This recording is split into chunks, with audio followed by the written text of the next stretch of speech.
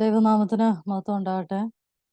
ഈ meeting lead ചെയ്യുന്ന പ്രിയ ഗോഡ്സിമോള്, അതുപോലെ ഈ ശുശ്രൂഷ പാട്ട് പാടിയ പ്രിയ മിനിയാൻറ്റി, അതുപോലെ ശുശ്രൂഷയെ സംബന്ധിച്ചുകൊണ്ടിരിക്കുന്ന എല്ലാ പ്രിയപ്പെട്ടവരും, ഓപ്പണിംഗ് പ്രേയർ ചെയ്ത പ്രിയ ആൻറ്റിക്കും, ഈ ശുശ്രൂഷയിൽ പങ്കെടുക്കുന്ന എല്ലാവർക്കും കർത്താവും രക്ഷിതാവുമായ യേശുക്രിസ്തുവിന്റെ നാമത്തിൽ എൻ്റെ സ്നേഹവന്ദനം അറിയിക്കുന്നു. കഴിഞ്ഞ ചില ആഴ്ചകളായിട്ട് ഏതാണ്ട് 4 ആഴ്ചകളായിട്ട് സുവിശേഷീകരണം എന്ന വിഷയത്തെക്കുറിച്ച് ചില ഭാഗങ്ങൾ ചിന്തിക്കുവാനായിട്ട് കർത്താവ് നമുക്ക് കൃപ ചെയ്തു. ഈ സുവിശേഷീകരണം എന്ന വിഷയത്തെക്കുറിച്ച് വ്യത്യസ്തമായ പല പഠനങ്ങളും ഉണ്ട്. പല പിന്നെ വ്യത്യസ്തമായിട്ടുള്ള ഡിഫറെൻറ്റ് ടൈപ്പായിട്ടുള്ള പല പഠനങ്ങളും ഇവാഞ്ചലിസം എന്ന വിഷയത്തെക്കുറിച്ചുണ്ട്. അത് നമുക്ക് എല്ലാം അക്സെപ്റ്റബിൾ അല്ല. അതിൽ തന്നെ നമ്മൾ ഫോളോ ചെയ്യുന്ന പഠനത്തിൽ പിന്നെ നമ്മൾ ഫോളോ ചെയ്യുന്ന പഠനത്തിൽ നിന്ന് തന്നെ നമുക്ക് സ്വീകാര്യമായിട്ടുള്ള പഠനത്തിൽ നിന്ന് തന്നെ ഏറ്റവും ലളിതമായൊരു കുറച്ച് ഭാഗങ്ങളാണ് ഞാനിവിടെ സംസാരിച്ചുകൊണ്ടിരിക്കുന്നത്. കാരണം കുറേ ഇപ്പം പ്രാദേശിക സഭയുടെ പങ്കോ അല്ലെങ്കിൽ സഭാപരമായിട്ടൊക്കെയുള്ള സുവിശേഷീകരണം അങ്ങനെയുള്ള വിഷയങ്ങളെക്കുറിച്ചൊന്നും നമ്മൾ പരാമർശിക്കുന്നില്ല.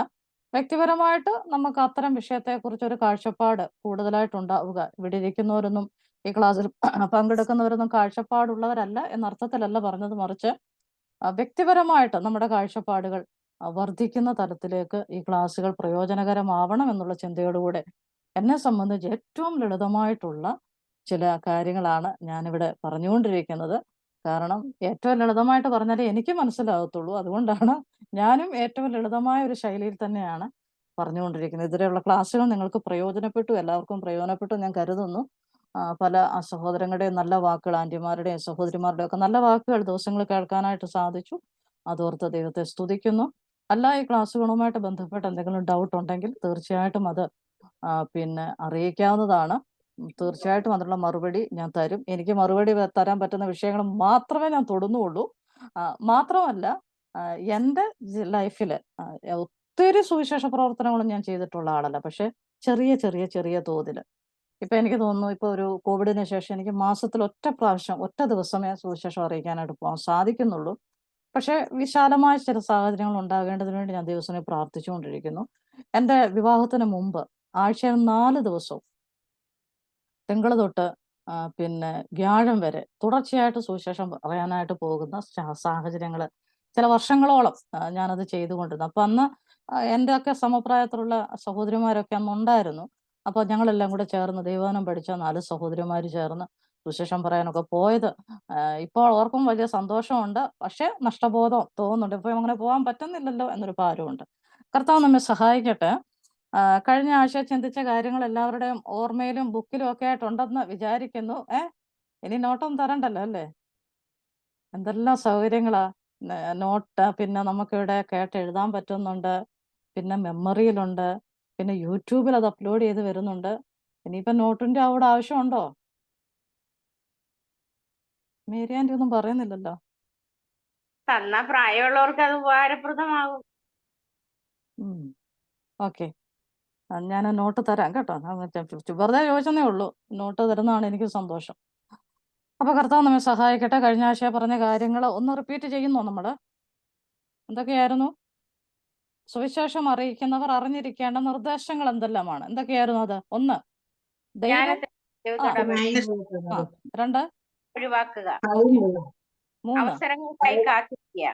ഓക്കെ, 4, ഒരാത്മാവിനെങ്കിലും പരിശ്രമം ഉണ്ടാകണം. 5, തുടർച്ചയായി ഇടപെടുവാനുള്ള പരിശ്രമം ഉണ്ടാക്കണം. Follow up. ഓക്കെ. 6, സംസാരിക്കുന്ന വ്യക്തികളെ കുറിച്ചുള്ള വ്യക്തമായ തിരിച്ചറിവ് ഉണ്ടാവണം. ഓക്കെ.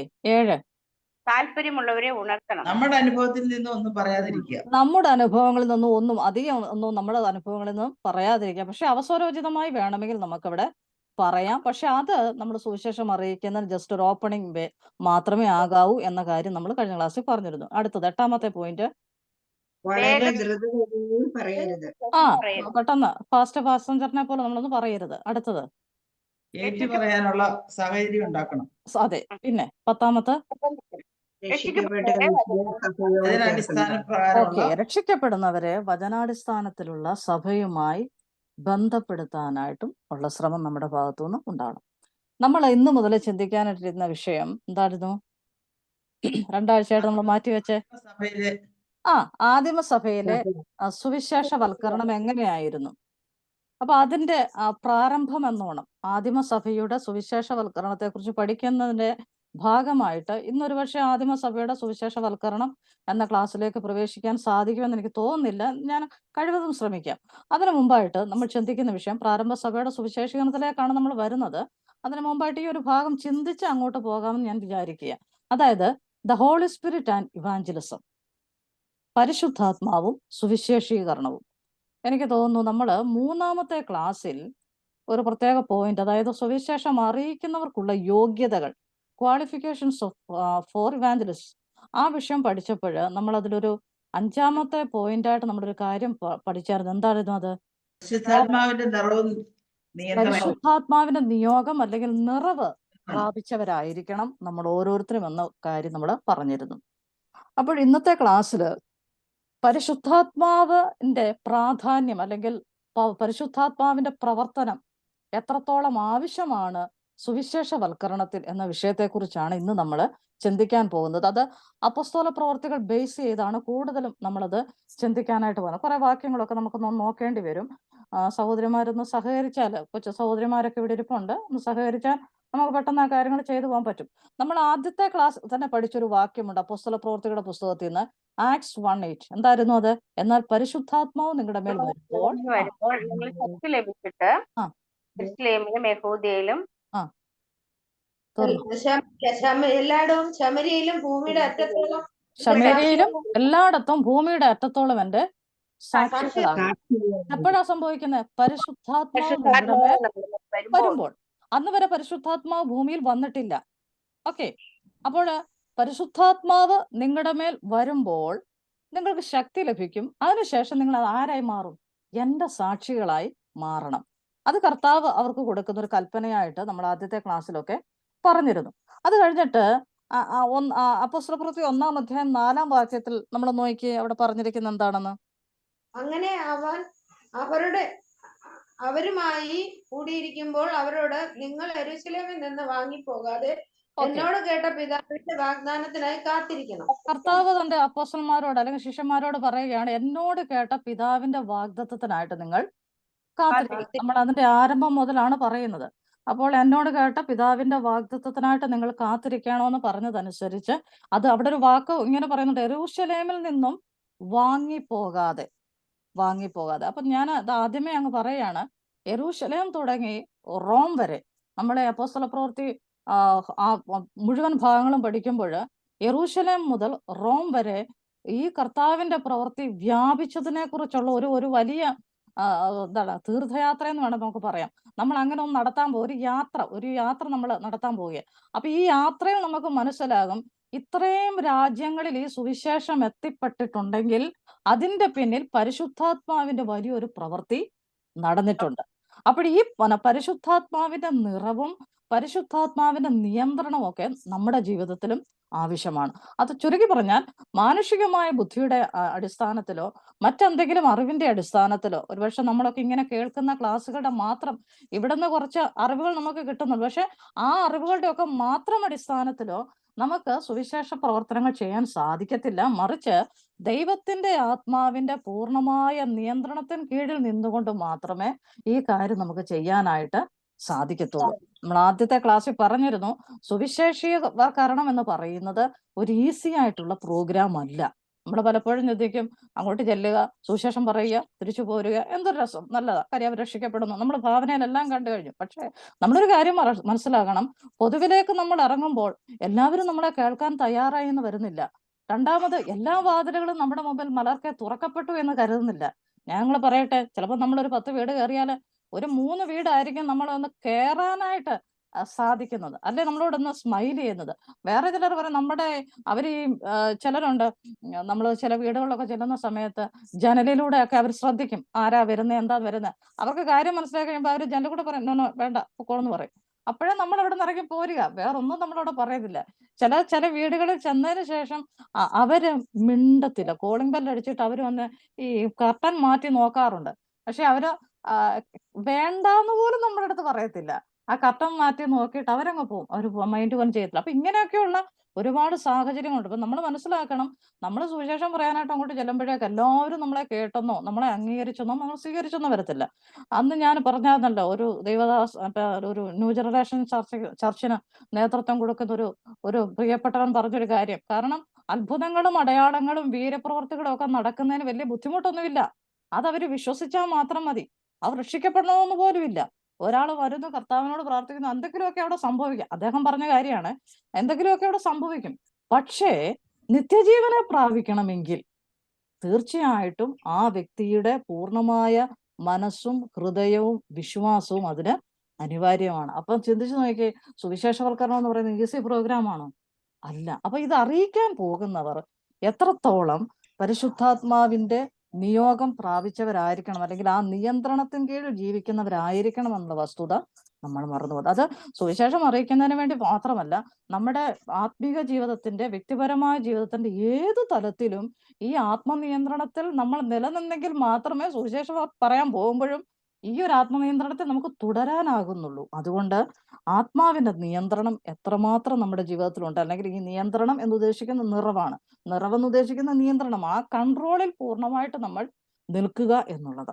ഓക്കെ, അപ്പോൾ എന്നോട് കേട്ട പിതാവിന്റെ വാഗ്ദത്തത്തിനായി നിങ്ങൾ കാത്തിരിക്കണം.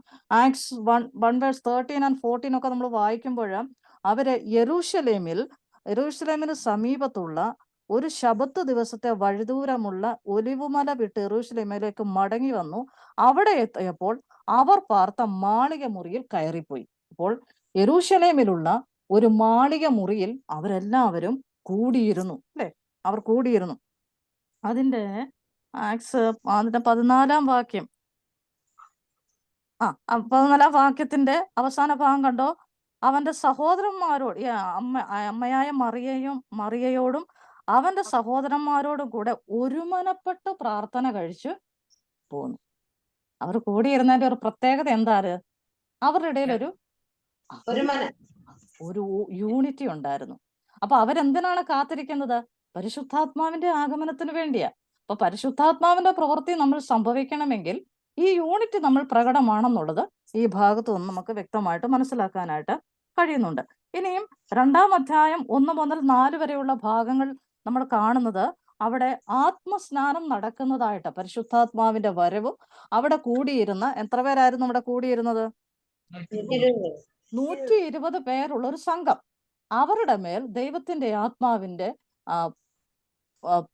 പ്രവേശനം അവിടെ സംഭവിക്കുകയാണ്. അതേക്കുറിച്ച് കുറെ കൂടെ വ്യക്തമായിട്ട് പൗലോസ് കൊരിന്ത്യർക്ക് എഴുതിയ 1-ാം ലേഖനത്തിൽ പറയുന്നുണ്ട്. 12-ാം അധ്യായം അതിന്റെ 13-ാം വാക്യം. കൊരിന്ത്യർക്ക് എഴുതിയ 1-ാം ലേഖനം 12-ാം അധ്യായം 13-ാം വാക്യം. യഹൂദന്മാരോ യവനന്മാരോ ദാസന്മാരോ സ്വതന്ത്രരോ നാം എല്ലാവരും ഏക ശരീരമാകുമാറ് ഒരേ ആത്മാവിൽ സ്നാനമേറ്റും എല്ലാവരും ഒരേ ആത്മാവിനെ പാനം ചെയ്തും ഇരിക്കുന്നു. ഓക്കെ, ഒരേ ആത്മാവിനെ നാം എല്ലാവരും സ്നാനമേറ്റു. ഇത് അപ്പോസ്തലപ്രവൃത്തി 2-ാം അധ്യായത്തിൽ നടന്ന വിഷയം അവിടെ എടുത്തെന്ന് പറഞ്ഞിരിക്കുകയാണ്. ഓക്കെ, അപ്പൊ അങ്ങനെ ആത്മസ്നാനം നടന്നു. 1 കൊരിന്ത്യർ 12-ാം അധ്യായം 13-ാം വാക്യം. ഓക്കെ, അപ്പൊ ഈ ആത്മസ്നാനം, പരിശുദ്ധാത്മാവിന്റെ പ്രവൃത്തി അവരുടെ മേൽ നടന്നപ്പോൾ ആദ്യമായി സംഭവിച്ച കാര്യം എന്തായിരുന്നു? അപ്പോസ്തലപ്രവൃത്തിയുടെ പുസ്തകം 2-ാം അധ്യായം അതിന്റെ 43-ാം വാക്യം.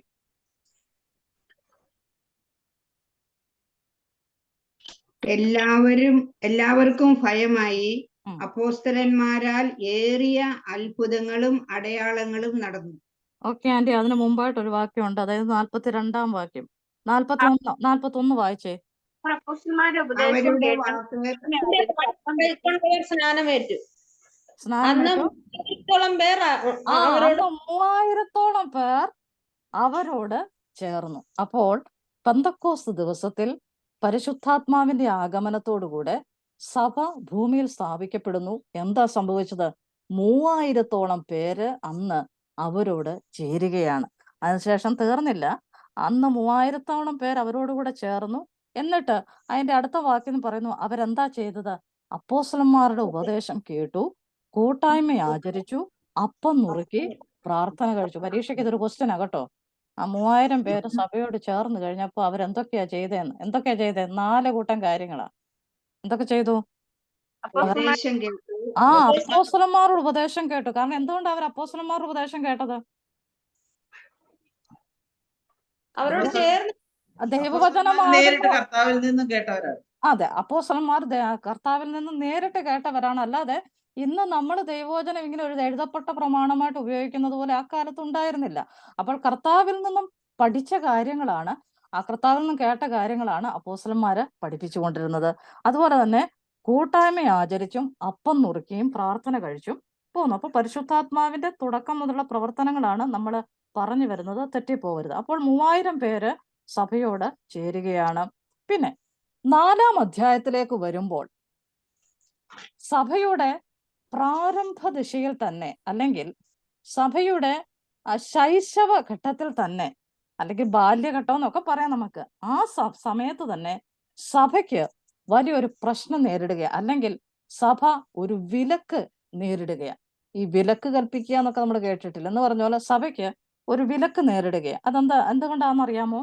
ഈ 4-ാം അധ്യായം 18-ാം വാക്യം ഒന്ന് വായിക്കാമോ? 4-ാം അധ്യായം 18-ാം വാക്യം. പിന്നെ അവരെ വിളിച്ചിട്ട് യേശുവിന്റെ നാമത്തിൽ അശേഷം സംസാരിക്കരുത്, ഉപദേശിക്കുകയും അരുത് എന്ന് കൽപ്പിച്ചു. ഇതാരോട് പറഞ്ഞ കാര്യമാ? പൗലോസിനോടും പത്രോസും യോഹന്നാനും. പത്രോസിനോടും യോഹന്നാനോടും പറഞ്ഞ കാര്യമാ. ഇത് എന്തിന്റെ അടിസ്ഥാനത്തിലാ പറഞ്ഞേ? 3-ാം അധ്യായത്തിലാണ് ആ സംഭവം തുടക്കം. സുന്ദരം എന്ന ദൈവാലയ ഗോപുരത്തെങ്കിൽ പത്രോസും യോഹന്നാനും കൂടെ അവര് പ്രാർത്ഥിക്കാനായിട്ട്, പ്രാർത്ഥനാ സമയമായപ്പോൾ പള്ളിയിൽ ചെല്ലുമ്പോൾ അവിടെ കണ്ടൊരു കാഴ്ച, സുന്ദരം എന്ന ദൈവാലയ ഗോപുരത്തെങ്കിൽ ഭിക്ഷ യാചിച്ചുകൊണ്ടിരിക്കുന്ന ആ മനുഷ്യൻ. അപ്പം ദൈവാലയത്തിൽ കടപ്പാൻ പോകുന്നത് കണ്ടിട്ട് അവർ ഭിക്ഷ ചോദിച്ചു. അപ്പൊ പത്രോസ് യോഹന്നാനോട് കൂടെ അവനെ ഉറ്റുനോക്കി. അതൊക്കെ വലിയ ആഴമേറിയ ചിന്തകൾ അവിടെ ഉണ്ട്. പോട്ടെ, നമ്മൾ ആ ഭാഗത്തോട്ടൊന്നും പോകുന്നില്ല. ഉറ്റുനോക്കുന്നു, അവനെ സൗഖ്യമാക്കുന്നു. അല്ലെ? ഈ സൗഖ്യമാക്കിയ മനുഷ്യൻ, ഈ മനുഷ്യനെ കണ്ടപ്പോൾ ഈ സംഭവം നടന്നു കഴിഞ്ഞപ്പോഴാണ് അവിടെ പ്രശ്നങ്ങള് ഇളകാൻ തുടങ്ങിയത്. കണ്ടോ? ഈ മനുഷ്യനെ ദൈവം, കർത്താവായ യേശുക്രിസ്തു സൗഖ്യമാക്കി. ഇത് കണ്ടപ്പോൾ അവർക്കത് സഹിക്കാൻ കഴിഞ്ഞില്ല. അതുകൊണ്ട് അവര് അവിടെ പ്രശ്നമുണ്ടാക്കി. അതായത് 4-ാം അധ്യായം 1-ാം വാക്യം. അവർ ജനത്തോട് സംസാരിച്ചു കൊണ്ടിരിക്കുമ്പോൾ തന്നെ പുരോഹിതന്മാരും ദൈവാലയത്തിലെ പടനായകനും സദൂക്യരും അവരുടെ നേരെ വന്നു. അവർ ജനത്തെ ഉപദേശിക്കയാലും മരിച്ചവരിൽ നിന്നുള്ള പുനരുത്ഥാനത്തെ യേശുവിന്റെ ദൃഷ്ടാന്തത്താൽ അറിയിക്കയാലും നീരസപ്പെട്ടു. അവിടെ ആരൊക്കെയാ വന്നത്? ദൈവാലയത്തിലെ പടനായകനും സദൂക്യരും ഇവരുടെ നേരെ വന്നു. വന്നിട്ട് അവരെന്താ ചെയ്യുന്നത്? ഈ പത്രോസും യോഹന്നാനും കൂടെ ഉപദേശിക്കുന്നത് കണ്ടപ്പോൾ മാത്രമല്ല, മരിച്ചവരിൽ നിന്നുള്ള പുനരുത്ഥാനത്തെ കുറിച്ച് സംസാരിച്ചപ്പോൾ. കാരണം ഈ സദൂക്യർ അവിടെ ഈ വിഷയവുമായിട്ട് ബന്ധപ്പെട്ട് ശബ്ദമുയർത്തുന്ന എന്തിനാണെന്നറിയാമോ? സദൂക്യർ എല്ലാ കാലത്തും പുനരുത്ഥാനത്തെ എതിർത്തിട്ടുണ്ട്. മനസ്സിലായില്ലേ? പുനരുത്ഥാനം ഇല്ല എന്ന് വാദിക്കുന്ന ഒരു വിഭാഗമാണ് സദൂക്യര്. അപ്പൊ ഇവർക്കെതിരെ പ്രശ്നങ്ങൾ ഉണ്ടാക്കുകയാണ്. അവർ നീരസപ്പെട്ടു. എന്നിട്ട് അവരെ പിടിച്ച് വൈകുന്നേരം ആകൊണ്ട് പിറ്റേന്നാൾ വരെ കാവലിലാക്കി. അടുത്ത വാക്യം, 4-ാം വാക്യത്തിലാണ് അവിടുത്തെ യഥാർത്ഥ സംഭവം വിവരിച്ചിരിക്കുന്നത്. എന്നാൽ വചനം കേട്ടവരിൽ പലരും വിശ്വസിച്ചു. പുരുഷന്മാരുടെ എണ്ണം തന്നെ എത്രയായി? 1000-ഓളം. അപ്പൊ 3000-ത്തെ കിടന്നത് ഇപ്പൊ എത്രയായി? 5000. വർധനവ് സംഭവിച്ചുകൊണ്ടിരിക്കുക. ഞാൻ ഈ ഭാഗമൊക്കെ വായിക്കും, എനിക്ക് പഴയ നിയമത്തിലെ മറ്റേ നമ്മുടെ ഇസ്രായേൽ മക്കളുടെ വിഷയം ഓർമ്മ വരും. അവർ പീഡിപ്പിക്കും തോറും ജനം വർദ്ധിച്ചുകൊണ്ടിരുന്നു. അപ്പോൾ ദൈവസഭയ്ക്കെതിരെ ശക്തമായ നിലയിലുള്ള പ്രതിസന്ധികൾ കൂടിക്കൊണ്ട് വരുംതോറും സഭ വളർന്നുകൊണ്ടേയിരുന്നു. അതുകൊണ്ടാണ് നമ്മൾ ഈ കാലത്തും പീഡനങ്ങൾ പല സ്ഥലത്തും നടക്കുമ്പോഴും നമ്മൾ ധൈര്യപ്പെടുന്നത്. അതുകൊണ്ടാണ് പീഡനം ഒരു വശത്ത് നടക്കുമ്പോൾ സഭ വളരുമെന്നുള്ള ഒരു വലിയ വിശ്വാസമാണ് നമുക്ക് ആ വിഷയത്തിൽ ഉള്ളത്. അപ്പോൾ ഇവിടെ അവിടെ 7-ാം വാക്യത്തിൽ ചോദിക്കുന്നുണ്ട്, ഇവരെ അവരുടെ നടുവിൽ നിർത്തിയിട്ട് ഏത് ശക്തി കൊണ്ടോ ഏതു നാമത്തിലോ നിങ്ങൾ ഇത് ചെയ്തു എന്ന് അവരോട് ചോദിക്കുക. നിങ്ങൾ ഇതൊക്കെ ചെയ്യാനുള്ള കാരണം എന്താ? നിങ്ങൾ എങ്ങനെയാ ഇതൊക്കെ ചെയ്യുന്നത്? ഏത് ശക്തി കൊണ്ടാണ് നിങ്ങൾ ഇത് ചെയ്യുന്നത് എന്നൊക്കെ പറഞ്ഞ് അവർ ചോദ്യം ചോദിക്കുമ്പോൾ പത്രോസ് അവർക്ക് വ്യക്തമായ മറുപടി കൊടുക്കുന്നുണ്ട്. ഈ ബലഹീന മനുഷ്യനുണ്ടായ ഉപകാര നിമിത്തം ഇവൻ എന്തൊന്നിനാൽ സൗഖ്യമായി എന്ന് ഞങ്ങളെ ഇന്ന് വിസ്തരിക്കുന്നു എങ്കിൽ, അവിടെ വ്യക്തമായിട്ട് പത്രോസ് പറയുന്നു, നിങ്ങൾ ക്രൂശിച്ചവനും ദൈവം മരിച്ചവരിൽ നിന്ന് ഉയർപ്പിച്ചവനുമായി നസ്രായനായ യേശുക്രിസ്തുവിന്റെ നാമത്തിൽ തന്നെ ഇവൻ സൗഖ്യമുള്ളവനായി നിങ്ങളുടെ മുമ്പിൽ നിൽക്കുന്നു എന്ന് നിങ്ങൾ എല്ലാവരും ഇസ്രായേൽ ജനമൊക്കെയും അറിഞ്ഞുകൊള്ളുവീൻ. അപ്പൊ നിങ്ങൾ ചിന്തിക്കുക, ലൗലി പറയുന്നത് എന്തുവാ? ഇവിടെ സൗഖ്യമല്ലേ നടന്നത്, സുവിശേഷമല്ലല്ലോ സംഭവിച്ചത് എന്നൊരു പക്ഷെ നിങ്ങൾ ചിന്തിക്കുമായിരിക്കും. ഇവിടെ അപ്പോസ്തലന്മാരെ സംബന്ധിച്ചിടത്തോളം അവരുടെ കാലത്ത് അവർ സുവിശേഷം പറയുന്നതിന് മുമ്പായിട്ട് അത്ഭുതങ്ങളും അടയാളങ്ങളും ഒക്കെ സംഭവിച്ചിട്ടുണ്ട്. കാരണം അത് ആ കാലത്തെ ദൈവം അവർക്ക് കൊടുത്തിരുന്ന വരങ്ങളായിരുന്നു. പക്ഷെ ഇക്കാലം വന്നപ്പോഴേക്ക് ഈ കൃപാവരങ്ങളെ കുറിച്ച് ഇവിടെ പഠിച്ചിട്ടുള്ളവരുണ്ട്. ഈ കാലം വന്നപ്പോൾ നമ്മൾ അതിനെക്കുറിച്ച് പിന്നെ അത് നിന്നുപോയി, അല്ലെങ്കിൽ ഇത്തരം കാര്യങ്ങൾ നിന്നുപോയി എന്ന് നമ്മൾ വിശ്വസിക്കുന്നു. അപ്പൊ അവിടെ ഈ അപ്പോസ്തലന്മാരിലൂടെ ദൈവം ചെയ്ത അത്ഭുതങ്ങളാലും അടയാളങ്ങളുമാണ് അന്ന് പ്രിയപ്പെട്ടവർ പലരും രക്ഷയുടെ അനുഭവത്തിലേക്ക് വന്നത്. ഇപ്പൊ ഇവിടെയൊക്കെ വളരെ ശക്തമായ നിലയിൽ ലിഡിയ വന്നില്ല. ഓക്കെ. അപ്പോൾ വളരെ ശക്തമായ നിലയിൽ പത്രോസ് അവിടെ മറുപടി കൊടുക്കുന്നത് ദൈവത്തിന്റെ പരിശുദ്ധാത്മാവിന്റെ പ്രത്യേകമായ നിയോഗത്തോടു കൂടെയാണ്. അപ്പോൾ അവരുടെ ചോദ്യത്തിന് വ്യക്തമായ ഉത്തരം പത്രോസ് അവിടെ കൊടുക്കുക. പത്രോസ് അവിടെ ഒഴിഞ്ഞു മാറാനൊന്നും പോയില്ല. ഇനി അതിന് മുമ്പോട്ടുള്ള ഭാഗം വരുമ്പോൾ 13-ാം വാക്യത്തിൽ ചോദിക്കുന്നുണ്ട്, അവർ പത്രോസിന്റെ യോഹന്നാന്റെയും ധൈര്യം കാണുകയാലും ഇവർ പഠിപ്പില്ലാത്തവരും സാമാന്യരുമായ മനുഷ്യർ എന്ന് ഗ്രഹിക്കയാലും ആശ്ചര്യപ്പെട്ടു. അപ്പൊ ഇതെല്ലാം അവിടെ സംഭവിക്കുന്നുണ്ട്. ഈ പത്രോസ് യോഹന്നാനും ആരാ? ഇവർക്ക് എന്തോ വല്ല ഡിഗ്രി ഉണ്ടോ? ഇവർക്ക് വല്ല വിദ്യാഭ്യാസം ഉണ്ടോ? പക്ഷെ ഇവരെങ്ങനെ ഇതൊക്കെ ചെയ്യുന്നേ എന്നൊക്കെയുള്ള ചോദ്യങ്ങളൊക്കെ അവിടെ ഉയരുന്നുണ്ട്. അങ്ങനെ പ്രാരംഭ സഭയിൽ ആദ്യത്തെ വിലക്ക് വീഴുകയാണ്. എന്താണ്?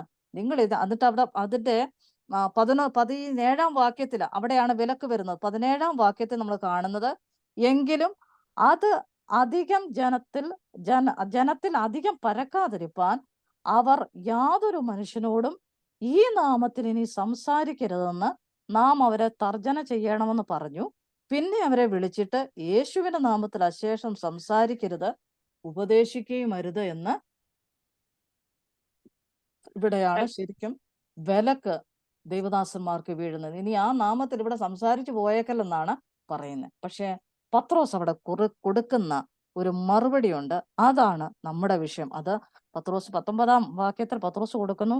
അതിന് പത്രോസ് യോഹന്നാനും ദൈവത്തെക്കാൾ അധികം നിങ്ങളെ അനുസരിക്കുന്നത് ദൈവത്തിന്റെ മുമ്പാകെ ന്യായമോ എന്ന് വിധിപ്പീൻ. അടുത്ത വാക്യം, ഞങ്ങൾ കണ്ടും കേട്ടുമിരിക്കുന്നത് പ്രസ്താവിക്കാതിരിപ്പാൻ കഴിയുന്നതല്ല.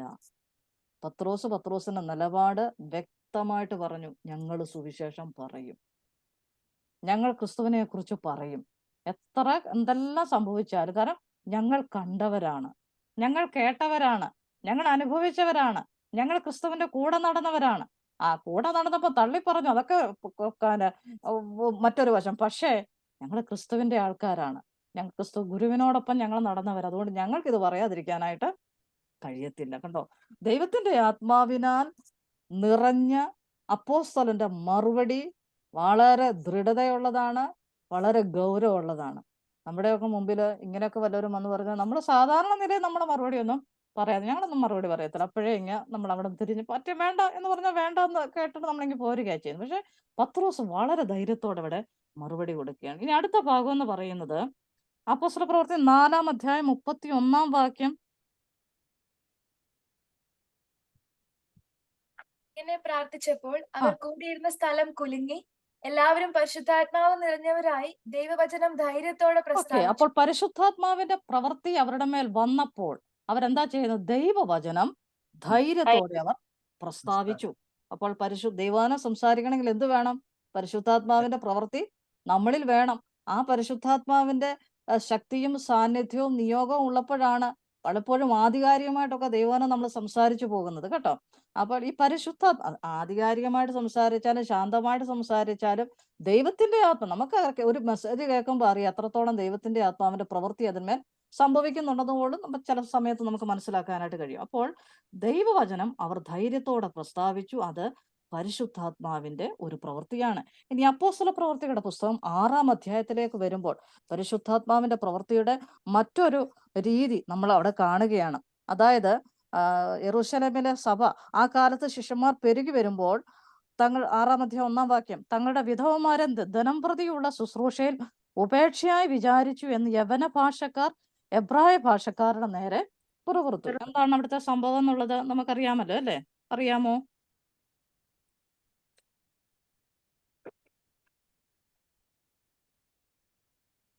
അതായത് യഹൂദ ക്രിസ്ത്യാനികളുടെ സഭയിൽ രണ്ടു ഭാഷകൾ സംസാരിക്കുന്നവരുണ്ടായിരുന്നു, എബ്രായ ഭാഷയും ഗ്രീക്ക് ഭാഷയും.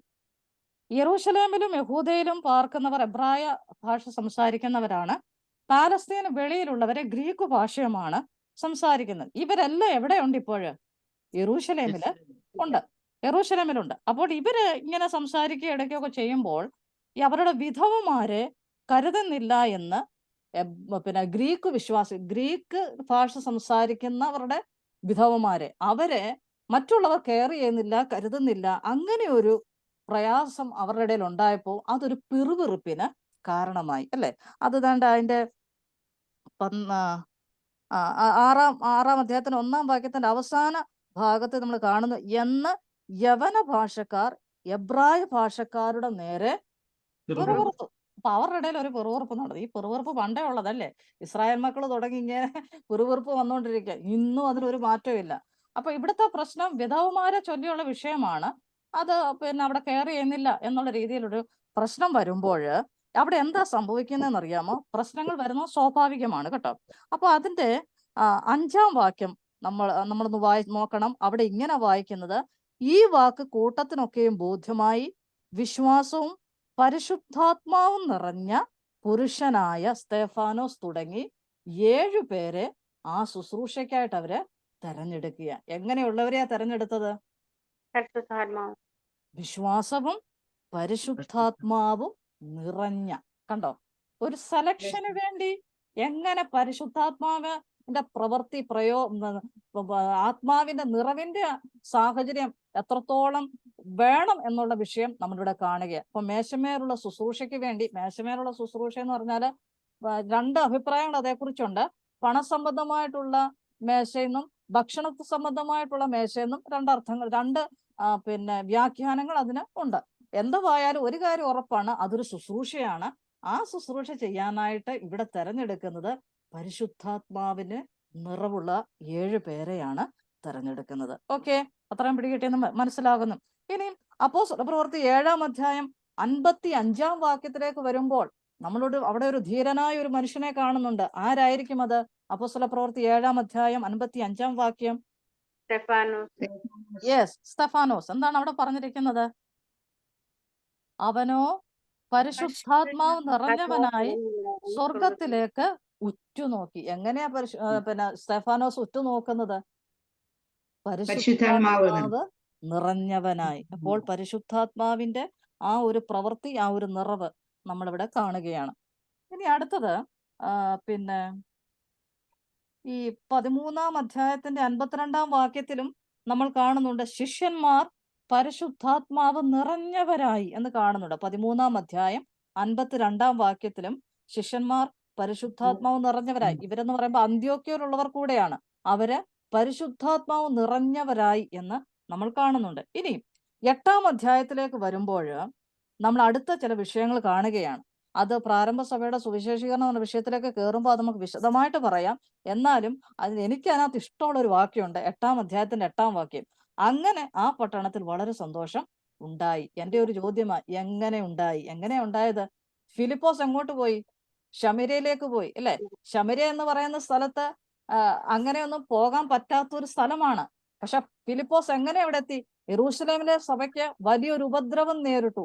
ആ ഉപദ്രവം നേരിട്ടപ്പോൾ ചിതറിപ്പോയവർ വചനം സുവിശേഷിച്ചുകൊണ്ട് അവിടെ സഞ്ചരിച്ചു. അങ്ങനെ ഫിലിപ്പോസ് എവിടെ ചെന്നു? ശമര്യയിലെത്തി അല്ലെ? ശമര്യയിൽ അദ്ദേഹം ശമര്യ പട്ടണത്തിൽ ചെന്ന് ഫിലിപ്പോസ് ക്രിസ്തുവിനെ പ്രസംഗിക്കുന്നു. ഫിലിപ്പോസ് ഏത് അടയാളങ്ങളെ പുരുഷാരങ്ങൾ കേൾക്കുകയും കാണുകയും ചെയ്യാൽ ഏക മനസ്സോടെ അവരെല്ലാവരും ഈ ഫിലിപ്പോസ് പറയുന്ന കാര്യങ്ങളൊക്കെ ശ്രദ്ധിച്ചുകൊണ്ടിരുന്നു. എങ്ങനെ ശ്രദ്ധിച്ചു? ഏക മനസ്സോടെ.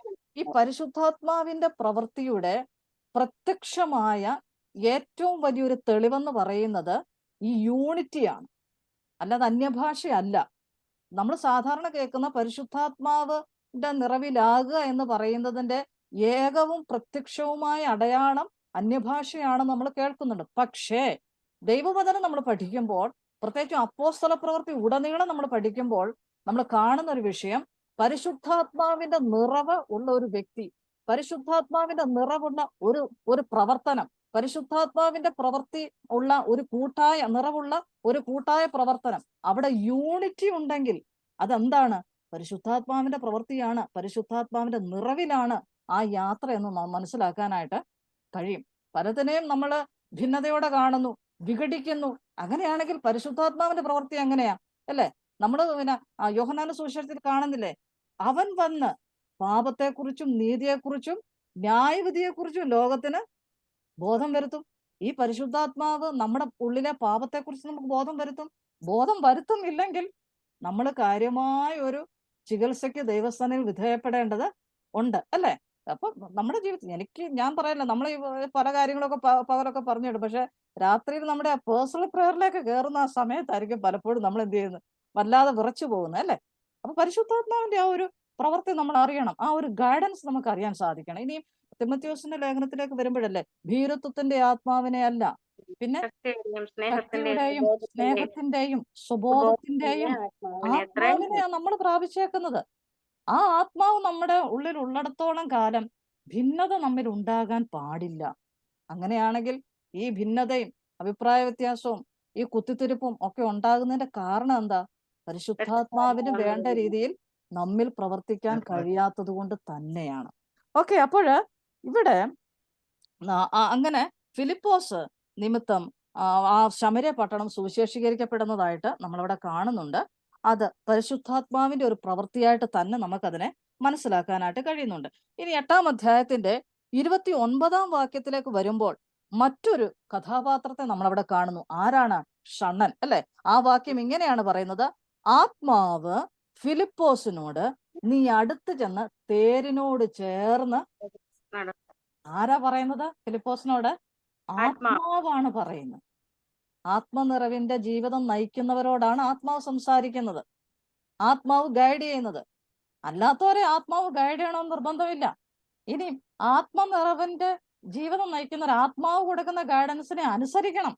ആ അനുസരിക്കുന്നെങ്കിൽ മാത്രമേ വീണ്ടും വീണ്ടും ആത്മാവ് നമ്മളോട് ഇടപെട്ടുകൊണ്ടിരിക്കുകയുള്ളൂ. ഓക്കെ, അപ്പം അങ്ങനെ ഷണ്ണനെ ഫിലിപ്പോസ് സമീപിക്കാനായിട്ട് ഫിലിപ്പോസിനെ നയിക്കുന്നത് പരിശുദ്ധാത്മാവാണ്. നമ്മൾ സുവിശേഷം പറയാൻ ചില വീടുകൾ ചെല്ലുമ്പോൾ ചില വ്യക്തികളെ കാണുമ്പോൾ, ഒരുപക്ഷെ യാത്രാ മധ്യത്തിൽ നമ്മളോടൊപ്പം ബസ്സിലോ അല്ലെങ്കിൽ ട്രെയിനിലോ ഒക്കെ യാത്ര ചെയ്യുന്ന നമ്മുടെ അടുത്തിരിക്കുന്ന ആളോട് നമുക്കൊന്ന് സുവിശേഷം പറയണം. പരിശുദ്ധാത്മാവ് നമ്മളെ ഗൈഡ് ചെയ്താൽ തീർച്ചയായിട്ടും നമ്മളത് പറയണം. ഇനി പരിശുദ്ധാത്മാവ് നമ്മളെ ഗൈഡ് ചെയ്യുന്നുണ്ടോ ഇല്ലയോ എന്നുള്ളത് തിരിച്ചറിയാനായിട്ട് നമുക്ക് സാധിക്കണം. ചിലപ്പോൾ പരിശുദ്ധാത്മാവായിരിക്കും നമ്മളോട് പറയുന്നത്, പക്ഷെ നമ്മളിലുള്ള നമ്മുടെ ജഡം നമ്മളോട് പറയും അതിന്റെ ഒന്നും ആവശ്യമില്ല, ഭയങ്കര ജാടയാന്ന് തോന്നുന്നു, വേണ്ട വേണ്ട അതൊക്കെ പറഞ്ഞ് നമ്മളെ ഇങ്ങനെ തിരിച്ചുവിടാനായിട്ട് ശ്രമിക്കും. പക്ഷെ അവിടെയൊക്കെ നമ്മൾ വ്യക്തമായിട്ട് പരിശുദ്ധാത്മാവിന്റെ ആ ഒരു നിയോഗം നമ്മൾ അറിയാനായിട്ട് സാധിക്കണം. ഇനി 10-ാം അധ്യായം, അപ്പോസ്തല പ്രവൃത്തി 10-ാം അധ്യായം 19. 10-ാം അധ്യായം 19. പത്രോസ് ദർശനത്തെ കുറിച്ച് ചിന്തിച്ചുകൊണ്ടിരിക്കുമ്പോൾ ആത്മാവ് അവനോട് എന്താണ് ആത്മാവ് പത്രോസിനോട് പറയുന്നത്? കൈസരിയിൽ ഇട്ടാൽ കൊർന്നല്യോസിന്റെ ഭവനത്തെ കുറിച്ച് അല്ലേ വ്യക്തമായ ആലോചന ദൈവത്തിന്റെ ആത്മാവ് കൊടുക്കുക. അപ്പൊ ആത്മാവ് ഫിലിപ്പോസിനോട് പറഞ്ഞു തേരിനോട് ചേർന്ന് നടക്കാൻ പറയുന്നു. ഇവിടെ ആത്മാവ് പത്രോസിനോട് പറയാ കൊർന്നല്യോസിന്റെ ഭവനത്തെ കുറിച്ചുള്ള ആ ഒരു ചിന്ത, ആ ഒരു കാഴ്ചപ്പാട്, ആ ഒരു നിയോഗം, ആ ഒരു ആലോചന ദൈവത്തിന്റെ ആത്മാവ് പത്രോസിന് കൊടുക്കുന്നു. അപ്പൊ നമ്മളൊന്ന് ചിന്തിച്ച് സുവിശേഷവൽക്കരണ പ്രവർത്തനങ്ങളിൽ എത്രമാത്രം പരിശുദ്ധാത്മാവിന്റെ ഗൈഡൻസ് നമുക്ക് ആവശ്യമാണ് എന്ന് നമ്മൾ മനസ്സിലാക്കണം. ഇനി 13-ാം അധ്യായത്തിലേക്ക് വരുമ്പോൾ 13-ാം അധ്യായത്തിന്റെ 2-ാം വാക്യത്തില് നമ്മൾ കഴിഞ്ഞ മുമ്പത്തെ വർഷം പഠിച്ച വിഷയമാണ്. എന്താണ്? Paul's missionary journey. അവിടെ പൗലോസിന്റെ 1-ാം മിഷണറി യാത്ര ആരംഭിക്കുമ്പോൾ അവിടെ പൗലോസിനെ ബർന്നബാസിനെയും ശൗലിനെയും വിളിച്ചിരിക്കുന്ന വേലയ്ക്കായിട്ട് അവരെ വേർതിരിപ്പീരെന്ന് ആര് പറഞ്ഞു? പരിശുദ്ധാത്മാവ് പറഞ്ഞു. കണ്ടോ? പരിശുദ്ധാത്മാവ് അവരോട് പറയുകയാണ് പൗലോസിനെയും ബർന്നബാസിനെയും കൂടെ ഞാൻ വിളിച്ചിരിക്കുന്ന വേലയ്ക്കായിട്ട് അവരെ വേർതിരിക്കണം എന്ന് പറഞ്ഞതിന്റെ അടിസ്ഥാനത്തിൽ അങ്ങനെ അവർക്ക് വേണ്ടി ഉപവസിച്ച് പ്രാർത്ഥിച്ച് അവരുടെ മേൽ കൈവച്ച് അവരെ പറഞ്ഞയച്ചു. അപ്പോൾ സുവിശേഷവൽക്കരണ പ്രവർത്തനത്തിനു വേണ്ടി ദൈവത്തിന്റെ ആത്മാവിന്റെ നിയോഗത്തോടെ സഭ അവരെ പ്രാർത്ഥിച്ച് അയക്കുകയാണ്. ഇവിടെയും പരിശുദ്ധാത്മാവിന്റെ പ്രവൃത്തിയാണ് നമ്മൾ കാണുന്നത്. ഇനി 15-ാം അധ്യായത്തിലേക്ക് വരുമ്പോൾ 15-ാം അധ്യായത്തിന്റെ 28-ാം വാക്യം ഒന്ന് വായിക്കാമോ മോളെ? 15-ന്റെ 28. വിഗ്രഹാർപ്പിതം, രക്തം, ശ്വാസം മുട്ടിച്ചത്, ശ്വാസം മുട്ടിച്ചത്തത്, പരസംഗം എന്നിവ വർജിക്കുന്നത് ആവശ്യമെന്നല്ലാതെ അധികമായ ഭാരമൊന്നും നിങ്ങളുടെ മേൽ ചുമത്തരുത് എന്ന് പരിശുദ്ധാത്മാവിനും ഞങ്ങൾക്കും തോന്നിയിരിക്കുന്നു. ഓക്കെ, അവിടെ യെറൂശലേമിലെ സഭയ്ക്ക് ഒരു വലിയ ഒരു പ്രതിസന്ധി അവിടെ നേരിടുകയാണ്. അപ്പൊ ഈ ജെറൂസലേം കൗൺസിലൊക്കെ ഇതിനോടനുബന്ധമായിട്ടാണ് വരുന്നത്. അവരവിടെ കൗൺസിൽ കൂടി. നമ്മളത് പോൾസ് മിഷണറി ജേർണിയിലൊക്കെ ആ വിഷയം നമ്മൾ പറഞ്ഞായിരുന്നു. അപ്പോൾ അവിടെ അവരിങ്ങനെ കൂടിയിട്ട് പിന്നെ ജാതീയ വിശ്വാസികൾ, പുറജാതി വിശ്വാസികളൊക്കെ ഉണ്ട്. അവർ പരിച്ഛേദന ഏൽക്കണോ വേണ്ടയോ അതിനെക്കുറിച്ച് അവിടെ ഒരു വല്ലാത്തൊരു ഡിസ്കഷൻ നടന്നു. അപ്പൊ ആ സമയത്ത് അങ്ങനെയുള്ളവർ പരിച്ഛേദന ഏൽക്കണ്ട എന്നത് പരിശുദ്ധാത്മാവാണ് യെരൂശലേം സഭയ്ക്ക് ബോധ്യമാക്കിയതെന്നും എന്ന് പറഞ്ഞുകൊണ്ടുള്ള ഒരു സംഭവമാണ് നമ്മൾ അവിടെ കാണുന്നത്. അവിടെ ആ ഒരു വാക്യം ഉണ്ടായിരുന്നു. അതായത് 28-ാം വാക്യത്തിന്റെ അവസാനം നമ്മൾ കാണുന്നു, എന്നിവ വർജിക്കുന്നത് ആവശ്യമെന്നല്ലാതെ, നിങ്ങൾ ഇതൊക്കെ വർജിക്കണം, അത് ആവശ്യമാണ് എന്നല്ലാതെ അധികമായ ഭാരമൊന്നും നിങ്ങളുടെ മേൽ ചുമത്തരുതെന്ന് പരിശുദ്ധാത്മാവിനും ഞങ്ങൾക്കും ബോധ്യമായി. അപ്പൊ ഈ പരിശുദ്ധാത്മാവിനും ഞങ്ങൾക്കും ബോധ്യമായിന്ന് അവിടെയുള്ള ഉത്തരവാദിത്തപ്പെട്ടവരാണ് പറയുന്നത്, അല്ലെ? പരിശുദ്ധാത്മാവിനും പരിശുദ്ധാത്മാവിനും ആ ബോധ്യം ഉണ്ടായെന്നുള്ളത് അവർ തിരിച്ചറിഞ്ഞു. ഇതാണ് ഞാൻ മുമ്പേ പറഞ്ഞത്, ദൈവത്തിന്റെ ആത്മാവ് നമ്മളെ ഗൈഡ് ചെയ്യുമ്പോൾ അത് നമുക്ക് തിരിച്ചറിയാനായിട്ട് സാധിക്കണം. ഈ ദൈവാത്മാവാണെന്ന് പറഞ്ഞുകൊണ്ട് നമ്മുടെ ഊഹാപോഹങ്ങളെല്ലാം, നമ്മുടെ മനസ്സിലെ ഊഹാപോഹങ്ങളെല്ലാം ദൈവാത്മാവാണ് നമ്മൾ പറയുന്നത്. പലരും അബദ്ധപ്പെട്ടു പോകുന്നുണ്ട്. ജീവിതത്തിൽ ഹൃദയത്തിൽ തോന്നുന്ന ചില ചിന്താഗതികൾ അതൊക്കെ ദൈവാത്മാവാണെന്ന് പറഞ്ഞ് ദൈവാത്മാവിനെ കൂട്ടുപിടിക്കും. പിന്നെ പലരോട് അഭിപ്രായങ്ങൾ ചോദിച്ചിട്ട് അതിലേറ്റവും നല്ലത് സ്വീകാര്യമായിട്ടുള്ളത് നമ്മുടെ സൗകര്യാർത്ഥം നമ്മളത് സ്വീകരിച്ചിട്ട് പറയാൻ പരിശുദ്ധാത്മാവാണെന്ന് പറയാം. പക്ഷെ ആവണമെന്നില്ല. അപ്പൊ അതുകൊണ്ട് ഇവിടെയൊക്കെ നമുക്ക് ആവശ്യം നല്ല ഒരു പേഴ്സണൽ പ്രെയർ ആണ് നമുക്ക് ഇവിടെയൊക്കെ ആവശ്യം. അങ്ങനെ അബദ്ധപ്പെട്ടു പോകുന്ന ഒരുപാട് പേരുണ്ട്. അഭിപ്രായങ്ങൾ തേടുന്നത് തെറ്റല്ല, ഒന്നിലധികം ആൾക്കാരുടെ അഭിപ്രായങ്ങൾ തേടണം. എന്നാൽ ചില സന്ദർഭങ്ങളിൽ ചില വ്യക്തികൾ തരുന്ന അഭിപ്രായങ്ങൾ അതിലൊക്കെ ആഴമേറിയ ദൈവികമായ ബോധത്തോട് ജ്ഞാനത്തോട് നമുക്ക് കിട്ടുന്ന അഭിപ്രായങ്ങളുണ്ട്. ശരിയാ, എനിക്ക് ഒത്തിരി അനുഭവങ്ങൾ അങ്ങനെയുണ്ട്. പക്ഷെ അത് അങ്ങനെ ഞാൻ നിഷേധിക്കുകയല്ല. പക്ഷേ നമ്മൾ വ്യക്തിപരമായിട്ട് ഏതൊരു വിഷയത്തിന്റെ മുമ്പിലും ആ വിഷയത്തിന്റെ മുമ്പിൽ എന്ത് കാര്യമായാലും അത് ദൈവസ്ഥലയിൽ നമ്മൾ പ്രാർത്ഥിച്ച് ആ വിഷയത്തിന്മേൽ ദൈവാത്മാവിന്റെ ഹിതം അല്ലെങ്കിൽ പരിശുദ്ധാത്മാവിന്റെ ആ ഒരു ഗൈഡൻസ് നമുക്ക് പൂർണ്ണമായിട്ട് മനസ്സിലാക്കാനായിട്ട് കഴിയണം. അപ്പൊ നമ്മൾ പറഞ്ഞു വന്ന വിഷയം, ജെറൂസലേം സഭയിൽ അങ്ങനെ ഒരു പ്രതിസന്ധി ഉണ്ടാകുമ്പോൾ, ഒരു പ്രശ്നം നേരിടുമ്പോൾ അവിടെ അത് പരിശുദ്ധാത്മാവിനും ഞങ്ങൾക്കും ബോധ്യമായി എന്ന് പറഞ്ഞ് അവർ മുൻകൈ എടുത്ത് ആ പ്രശ്നം അവിടെ പരിഹരിക്കുകയാണ്. ഈ പ്രശ്നങ്ങൾ സംഭവിക്കുക എന്ന് പറയുന്നത് സ്വാഭാവികമാണ്, അല്ലെ? അത് മനുഷ്യ സഹജമായ കാര്യമാണ് പ്രശ്നങ്ങൾ സംഭവിക്കുക. കാരണം മനുഷ്യൻ വ്യത്യസ്തനാണ്, വ്യത്യസ്ത അഭിപ്രായങ്ങളുള്ളവരാണ്, വ്യത്യസ്ത കാഴ്ചപ്പാടുകളുള്ളവരാണ്. അതുകൊണ്ട് സഭയിലായാലും സംഘടനയിലായാലും കുടുംബത്തിലായാലും സ്കൂളിലായാലും കോളേജിലായാലും ജോലിസ്ഥലത്തായാലും അഭിപ്രായ വ്യത്യാസങ്ങൾ ഉണ്ടാകുക, അത് മുഖാന്തരം പ്രശ്നങ്ങൾ സൃഷ്ടിക്കപ്പെടുക എന്ന് പറയുന്നത് സ്വാഭാവികമായ കാര്യമാണ്. എന്നാൽ ഈ പ്രശ്നങ്ങളെ വഷളാക്കിക്കൊണ്ട് പോകുക എന്ന് പറയുന്നത് അത് പൈശാചികമാണ്. അതല്ല, ഈ പ്രശ്നങ്ങളെ മനസ്സിലാക്കി അത് പരിഹരിക്കാൻ തയ്യാറാകുന്നെങ്കിൽ അതാണ് ദൈവീകമെന്ന് പറയുന്നത്, അല്ലെങ്കിൽ അതാണ് പരിശുദ്ധാത്മാവിന്റെ നിയോഗവും.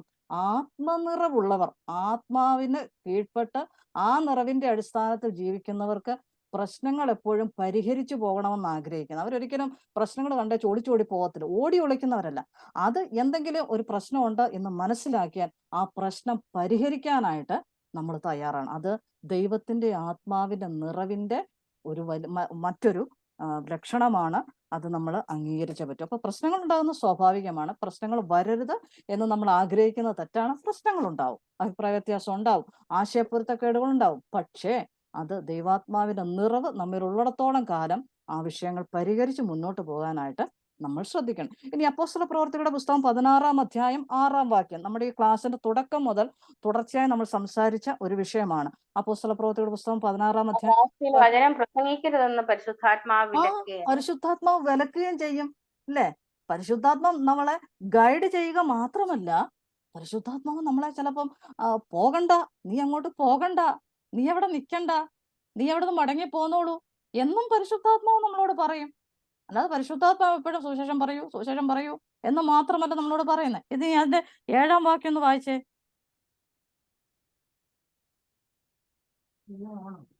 അവര് യേശുവിന്റെ ആത്മാവോ അവരെ അതെ, സമ്മതിച്ചില്ല. ബിഥുന്യക്ക് പോകാൻ. അപ്പം പിന്നെ ഗലാത്യ ദേശത്തിലും കൂടി സഞ്ചരിച്ച് മ്യൂസിയയിലെത്തി. എന്നിട്ട് അവര് ബിഥുന്യക്ക് പോകാനായിട്ട് ശ്രമിക്കുമ്പോൾ യേശുവിന്റെ ആത്മാവോ അവരെ സമ്മതിച്ചില്ല. അവര് സമ്മതിച്ചില്ല. യേശുവിന്റെ ആത്മാവും പരിശുദ്ധാത്മാവും എല്ലാം ഒന്ന് തന്നെയാ കേട്ടോ. ഇവിടെ പ്രയോഗം ഇങ്ങനെ ഇച്ചിരി വ്യത്യാസം വരുന്നു എന്നുള്ളതേ ഉള്ളൂ. അപ്പോൾ അവിടെ പറയുന്നുണ്ട് പോകണ്ടെന്ന്. അതേസമയം അതേ അധ്യായത്തിന്റെ 9-10 വാക്യങ്ങൾ നമ്മൾ നോക്കിയേ.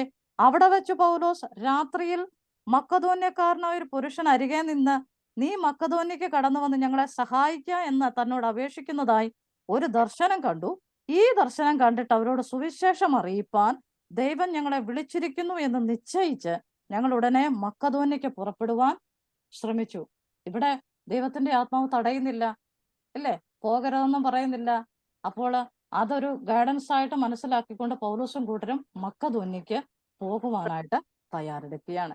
ഇനി 20-ാം അധ്യായം 22-ാം വാക്യം നമുക്കൊന്ന് നോക്കാം. 20-ാം അധ്യായം 22-ാം വാക്യം.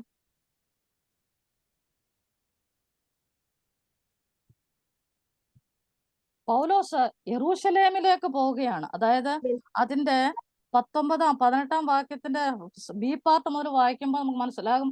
ഞാൻ ആസ്യയിൽ വന്ന 1-ാം നാൾ മുതൽ നിങ്ങളോടുകൂടെ എനിക്ക് പലപ്പോഴും എന്റെ കണ്ണ് നിറയുന്ന ഒരു ഭാഗമായി ആ ഒരു പാരഗ്രാഫ് കംപ്ലീറ്റ് വായിച്ചു വരുമ്പോൾ അവിടെ നിന്നൊരു വിടവാങ്ങൽ പ്രസംഗം പൗലോസ് നടത്തുകയാണ്, അല്ലേ?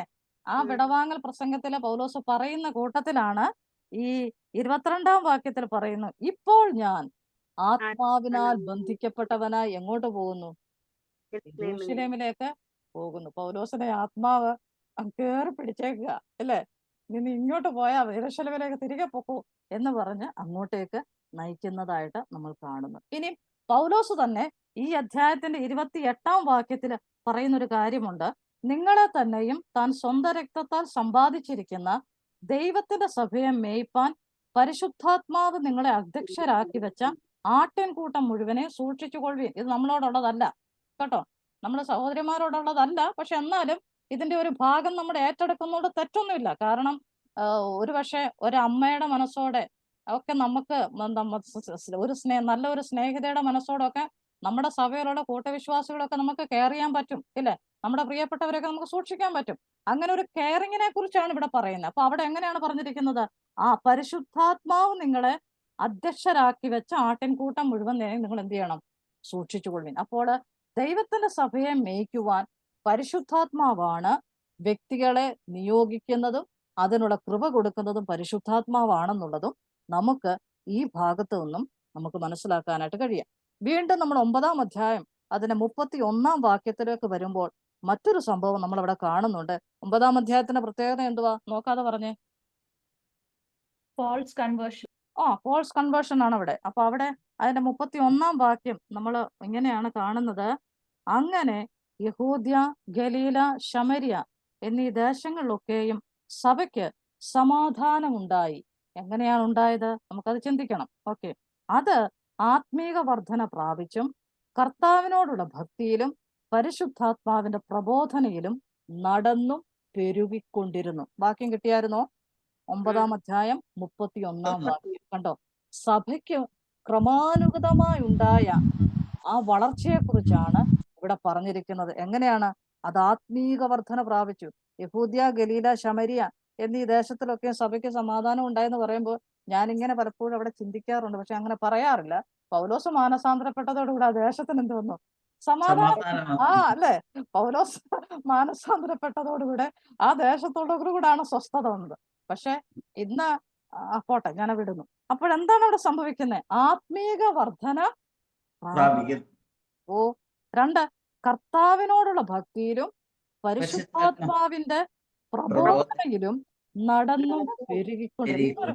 എന്തൊരു ഇൻക്രീസിങ് അല്ലേ? എന്തൊരു ആത്മീക വർധനവ് അവരുടെ ജീവിതത്തിൽ സംഭവിക്കുക. വ്യക്തിപരമായ ജീവിതത്തിലും സഭാതലത്തിലും ആത്മാക്കളുടെ ഒരു വലിയ കവിഞ്ഞൊഴുക്ക് ഉണ്ടാവുകയാണ്. അതുകൊണ്ട് ഈ ഭാഗം ഞാനിവിടെ അവസാനിപ്പിക്കുകയാണ്. നമ്മൾ അടുത്ത ആഴ്ച പിന്നെ പ്രാരംഭ സഭയുടെ സുവിശേഷീകരണം എന്ന വിഷയത്തിലേക്ക് കയറുന്നതിന് മുമ്പായിട്ട് ഇത് ആ പ്രാരംഭ സഭയുടെ സുവിശേഷീകരണം എന്ന വിഷയത്തിന്റെ മിക്ക ഭാഗങ്ങളിലൂടെ നമ്മൾ കയറി ഇറങ്ങിയിട്ടുണ്ട്.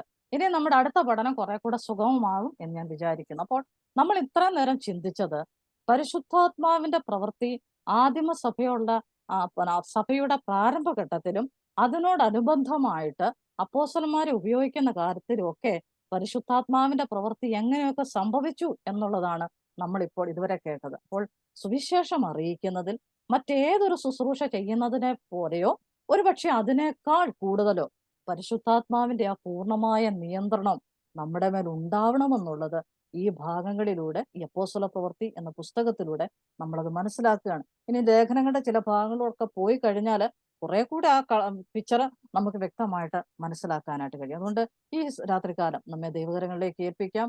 പരിശുദ്ധാത്മാവിന്റെ നിറവിന്റെ അനുഭവം എല്ലാ സമയത്തും നമ്മുടെ ജീവിതത്തിൽ ഉണ്ടാവട്ടെ.